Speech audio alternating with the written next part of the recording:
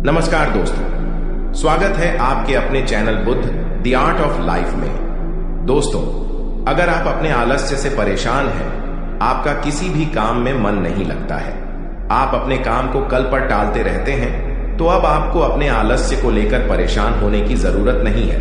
दोस्तों, आज हम आपके लिए जो कहानी लेकर आए हैं, इस कहानी के माध्यम से आप अपने आलस्य से बहुत जल्द छुटकारा पा सकते हैं। इसलिए इस कहानी को आराम से और शांति से सुने। ये कहानी आपके लिए बहुत फायदेमंद होगी। तो चलिए शुरू करते हैं इस कहानी को। एक बार एक आलसी व्यक्ति ने गौतम बुद्ध से कहा, मुनिवर, मैं बहुत आलसी हूं, जिसके कारण मैं अपने जीवन में जो करना चाहता हूं वह नहीं कर पाता, इसलिए मुझे कोई रास्ता बताएं। बुद्ध ने उस आदमी से पूछा, क्या तुम मानते हो कि तुम आलसी हो? तो उस व्यक्ति ने बुद्ध से कहा, हाँ मुनिवर, सिर्फ मैं ही नहीं बल्कि मेरे पूरे गांव के लोग कहते हैं कि मैं आलसी हूं। बुद्ध उस व्यक्ति से कहते हैं, लेकिन क्या आपके पास कोई सबूत है कि आप आलसी हैं? उस व्यक्ति ने उत्तर दिया, हाँ। तब गौतम बुद्ध उस व्यक्ति से पूछते हैं, क्या आपके पास इसका कोई सबूत है? वह व्यक्ति कहता है, मुनिवर, मैं जानता हूं कि व्यायाम मेरे स्वास्थ्य के लिए अच्छा है, लेकिन मैं व्यायाम भी नहीं कर पाता क्योंकि मेरा आलस्य मुझे सुबह जल्दी उठने नहीं देता। बुद्ध ने कहा, लेकिन क्या तुम्हें पता है आलस्य क्या है? उस व्यक्ति ने कहा, मुझे नहीं पता कि आलस्य क्या है, लेकिन जो भी है वह बहुत बुरा है। बुद्ध ने कहा, सबसे पहले तुम्हें यह समझ लेना चाहिए कि जो भी चीज प्राकृतिक रूप से उसका कुछ न कुछ उपयोग होता है वह बुरा नहीं होता है, या अच्छा आलस्य एक भावना है। यह एक विचार है जो हम अनजाने में खुद से पैदा करते हैं। आदमी ने पूछा, लेकिन यह कैसे है मुनिवर? तो बुद्ध ने कहा कि आलस्य पैदा होता है, इसके दो कारण हैं, पहला शारीरिक और दूसरा मानसिक। जब हम अपने किसी भी भोजन को देते हैं, शरीर जिसके अंदर जीवन शक्ति नहीं होती, हमारे शरीर में आलस्य पैदा हो जाता है, क्योंकि यह शरीर ऊर्जा से चलता है और जैसा हम इसे देते हैं यह वैसा ही विचार करता है, यह वैसा ही व्यवहार करता है। हमारे शरीर के अंदर आलस्य का एक और कारण गलत तरीके से बैठना है, गलत तरीके से सोना और गलत तरीके से चलना। हम कभी इस बात पर ध्यान नहीं देते कि हमारा बैठना, लेटने और सोने की स्थिति सही है या नहीं। अगर हम बौद्ध भिक्षुओं को देखें तो पाएंगे कि वे कब बैठते हैं, उनकी रीढ़ की हड्डी बिल्कुल सीधी होती है। जब वे सोते हैं तो उनके शरीर के किसी भी हिस्से पर कोई दबाव नहीं पड़ता है, और जब वे चलते हैं तो उनके शरीर के किसी भी हिस्से पर कोई दबाव नहीं पड़ता है। उनके दो कदमों के बीच एक लय होती है। शारीरिक स्तर पर आलस्य का तीसरा कारण सुबह जल्दी न उठ पाना है। यह सुनकर व्यक्ति कहता है, हाँ मुनिवर, मैं सुबह जल्दी नहीं उठ पाता। यह सुनकर बुद्ध मुस्कुरा देते हैं और कहते हैं कि आप सुबह जल्दी उठ सकते हैं। जब आप रात को सोने का सही समय निर्धारित करते हैं तो हर व्यक्ति को अनुशासन का पालन करना पड़ता है, क्योंकि अनुशासन हमारे जीवन में संतुलन लाता है। ज्यादातर लोग अनुशासन को बुरा मानते हैं क्योंकि उन्हें अनुशासन का एहसास होता है, उन्हें बांधता है। जबकि सच तो यह है कि अनुशासन हमें बांधता नहीं है बल्कि मुक्त करता है। तब व्यक्ति बुद्ध से पूछता है, लेकिन हमें इसकी शुरुआत कहां से करनी चाहिए, जैसे ठीक से खाना, बैठना या लेटना, सुबह जल्दी चलना आदि। बुद्ध कहते हैं कि आप इस समय जो भी कर रहे हैं उसे अभी से शुरू करें, इसे ध्यान से करें। पहले आप मन के स्तर पर आलस्य को समझें, अन्यथा अधिकांश स्थितियों में मन ही है जो शरीर के कारण आलस्य पैदा करता है, क्योंकि मानसिक आलस्य का पहला कारण हमारी पुरानी गलत धारणाएं हैं। हमें लगता है कि हम ऐसा करने में सक्षम नहीं थे, पिछली बार भी ऐसा ही किया था, इस बार भी हम ऐसा नहीं कर पाएंगे।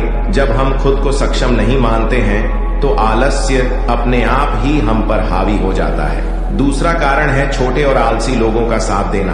कभी कभी ऐसा होता है कि आलस्य हमारे अंदर नहीं होता है, लेकिन दूसरे लोगों की वजह से हमारे अंदर आ जाता है। ऐसा होता है क्योंकि हम आलसी लोगों की संगति करते हैं। हाँ मुनिवर, यह बिल्कुल सत्य है, मैंने भी यह अनुभव किया है। तब बुद्ध ने कहा, तीसरा कारण मन की स्पष्टता का अभाव है। मान लीजिए कि आप किसी जंगल में खो गए हैं और शाम हो गई है और आपको नहीं पता कि आपका घर किस दिशा में है, तो क्या हुआ? क्या आप आलसी होकर लेटे रहेंगे या अपने घर की तलाश में कोई रास्ता खोजेंगे? उस व्यक्ति ने कहा कि मैं बाहर जाऊंगा घर की तलाश में। तभी उसने कहा, अगर बहुत कोशिश करने के बाद भी तुम्हें घर का रास्ता न मिले तो तुम क्या करोगे? उस व्यक्ति ने कहा, मैं अभी भी इसे ढूंढता रहूंगा, क्योंकि मेरे पास कोई दूसरा विकल्प नहीं होगा। कई विकल्प हैं। अगर किसी के पास एक ही विकल्प है तो उसका दिमाग बिल्कुल खाली होगा। यदि आप व्यायाम नहीं कर पा रहे हैं तो इसका कारण आपके मन में स्पष्टता की कमी है, जिसका आपको भविष्य में सामना करना पड़ेगा। उन रोगों से होने वाली बीमारियां आपको दिखाई नहीं देती। आप उन बीमारियों से होने वाले दर्द को महसूस नहीं कर सकते। आगे गौतम बुद्ध ने कहा कि आलस्य का चौथा कारण यह है कि कोई भी काम करने में मन नहीं लगता। मान लीजिए आप सड़क पर कहीं जा रहे हैं और काफी दूर चलने के बाद आप थक जाते हैं और चलने का मन नहीं करता।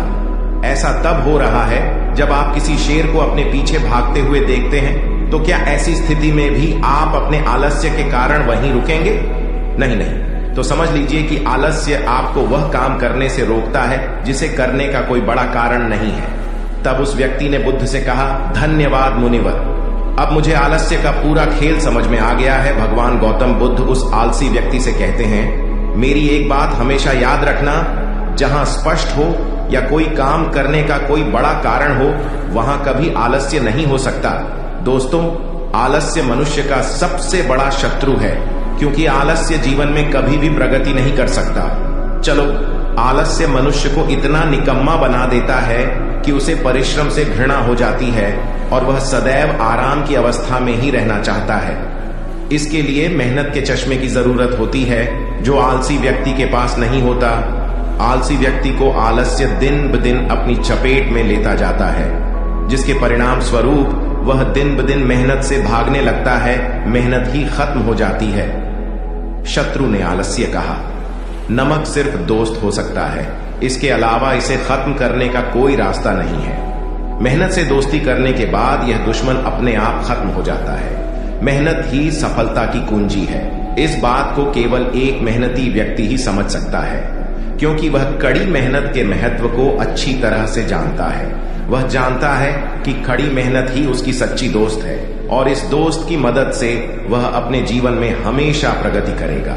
वह उस काम को छोड़ने की बजाय दोबारा और अधिक मेहनत से प्रयास करता है और तब तक कोशिश करता है जब तक वह उस काम को करने में सफल नहीं हो जाता। और इसके विपरीत आलसी व्यक्ति किसी छोटे से काम को करने की कोशिश करता है। इंसान को दूसरे लोगों की भी जरूरत होती है, क्योंकि वह आलस्य के जाल में इस तरह फंस चुका है कि उसे बस आराम की जरूरत है। यानी वह अपने कंफर्ट जोन से बाहर नहीं आना चाहेगा, रुकावट नहीं चाहता और अपनी पूरी जिंदगी ऐसे ही गुजारना चाहता है। दोस्तों, आलसी व्यक्ति कभी भी न तो मेहनत का महत्व समझ पाता है और न ही समय का महत्व। इसके कारण वह अपना पूरा जीवन बर्बाद कर देता है और अंत में उसके पास पछताने के अलावा कुछ नहीं बचता है। जबकि एक मेहनती व्यक्ति समय का महत्व समझ लेता है और समय का महत्व समझ लेता है। दिन प्रतिदिन कड़ी मेहनत करके अपने लक्ष्य को प्राप्त करने का प्रयास कर रहा है। इसलिए आपको हमेशा मेहनत से दोस्ती और आलस्य से दुश्मनी रखनी चाहिए। दोस्तों, मुझे उम्मीद है कि आपको इस कहानी से बहुत कुछ सीखने को मिला होगा। आप गौतम बुद्ध द्वारा बताए गए उपाय से भी अपना आलस्य दूर कर सकते हैं। दोस्तों, आपको यह कहानी कैसा लगा? कृपया हमें कमेंट बॉक्स में कमेंट करके जरूर बताएं और अपने दोस्तों के साथ ज्यादा से ज्यादा शेयर करें। धन्यवाद।